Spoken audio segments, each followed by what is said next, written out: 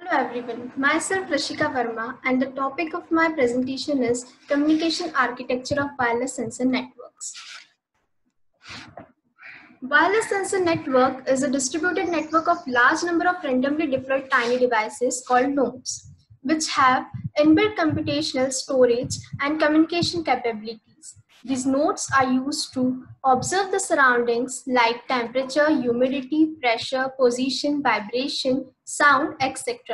These nodes can be used in various real-time applications to perform various data tasks like smart detecting, discovery of neighbor node, data processing, and also in the storage, collection, target tracking, monitoring and controlling, also synchronization, node localization, and effective routing between the base station and nodes.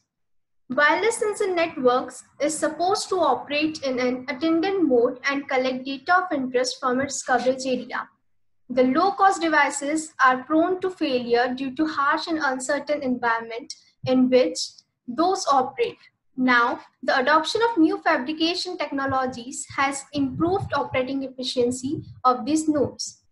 They made it possible to produce tiny nodes which can use multiple sensors and have reasonable processing and communication capabilities. With small physical size, it can be embedded in the physical environment. That means the size of the sensor and the whole network is very small. Self-organization multi-hop ad hoc network is used in the wireless sensing networks. A collection of sensing devices that can communicate wireless is made, that all made the wireless sensing network. Further, a wireless sensor network is a kind of wireless network includes a large number of circulating, self-directed, minute, and low-powered devices named sensor nodes. This diagram shows the sync node, the connection between the sensor node, and the whole sensor network. Now we define these terms, what they are. Nodes are tiny computers which work jointly to form networks. The sensor node is a multifunctional, energy-efficient wireless device. The application of nodes in industries are widespread. A collection of sensor nodes collects the data from the surrounding to achieve a specific application objective. The communication between these nodes can be done with each other using the transceivers. In a wireless sensor network, the number of nodes can be in the order of hundreds to thousands. The usage of wireless sensor network is increasingly exponential due to the features such as scalability, adaptability, convenience, mobility, accessibility, low cost, etc. A sensor is basically a transducer that converts a physical phenomenon, that is heat, light, motion, vibration, sound, etc. A sensor node is a combination of, it's a basic unit of a sensor network and contains onboard sensors, processor, memory, transceiver, and power supply. These all are connected in a multi-hop with a multi-hop routing algorithm and makes a sensor network. Now coming to the network layer stack of wireless sensor network. The most common wireless sensor network architecture follows the OSI model. The architecture of wireless sensor network includes 5 layers and 3 cross layers. Because of the multi-hop communication, the transmission control protocol is not suitable for wireless sensor network. Different layers used in it are application layer, transport layer, network layer, data link layer, and physical layer. Also, in addition to this special task of wireless sensor networks such as power management, mobility management, and task scheduling to increase the efficiency of the network are controlled by 3 cross layers. You can see all this layer in this diagram of the network layer stack of the WSC. Now, we will discuss these all 5 layers one by one, starting with the first application layer. This layer manages the traffic and provides software for various applications which send queries to obtain information. Sensor networks are arranged in numerous applications in different fields such as agriculture, military, environment, medical, etc. Basically, this layer is the first layer of the network stack, and this shows that in all the applications in which they are used are described.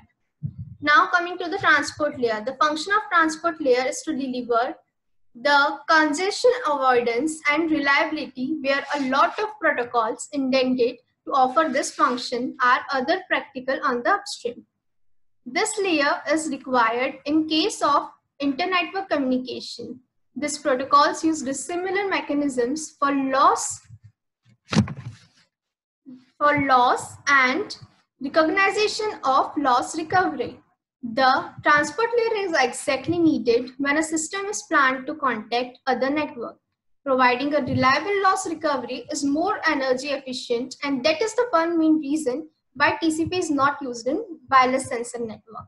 In general, the transport layer can be separated into packet-driven and event-driven. There are popular protocols in the transport layer, namely STCP, which is a Sensor Transmission Control Protocol, PORT, Price Oriented Reliable Transfer Protocol, and PSFQ, that is Pump, Slow, Fetch, Quick. These all are the basic protocols used in the transport layer. Now, coming to the next layer, which is network layer. This layer serves as the function of routing, which is challenging task in wireless sensor network. Due to the low power, limited memory, routing protocols has to provide reliable and redundant paths, for which many protocols are available according to the desired metric. It has a lot of tasks based on the application, but actually the main task is the power consumption. Partial memory, buffers, and sensors don't have universal ID and have to be self-organized. This is the main task for the network layer. There are a lot of existing protocol for this network layer, and that can be separated into flat routing and hierarchical routing.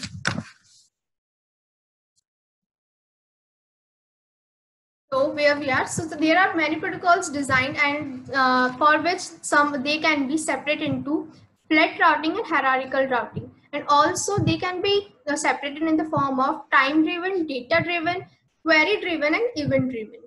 To ensure the reliability in case of the node failure, redundant nodes are deployed, which result in node failure. Redundant nodes are deployed in which the result of production of the lot of redundant data. This data can be processed as processing consumption less power as compared to the communication. Now coming to the second last layer, which is the data link layer. It ensures reliability from point to point and point to multi-hop. It is liable for multiplexing, data frame detection, data streams MAC, and error control algorithm, the reliability of point to point and multi-point. In the wireless sensor network, MAC has an important role to play. It provides higher efficiency, reliability, low delay, and higher rates of communication. Now coming to the last layer of the wireless sensor network stack, that is the physical layer. The physical layer provides interface to transmit streams of data over the physical medium. Selection of frequency, generation of carrier frequency for modulation, signal detection, and security. These all are done in this layer. An example of this, the example of the protocol used in physical layer is IEEE 802.15.4. It is suggested as the typical for low rate particular areas and WSN with low cost power consumption, the density, the range of communication to improve the battery life. CSMA-CA, which is a collision avoidance protocols, is used to support the support in star and peer-to-peer topology. So this is all about the network layer stack of the wireless sensor network. Hope this is sufficient to understand this topic, and thank you so much.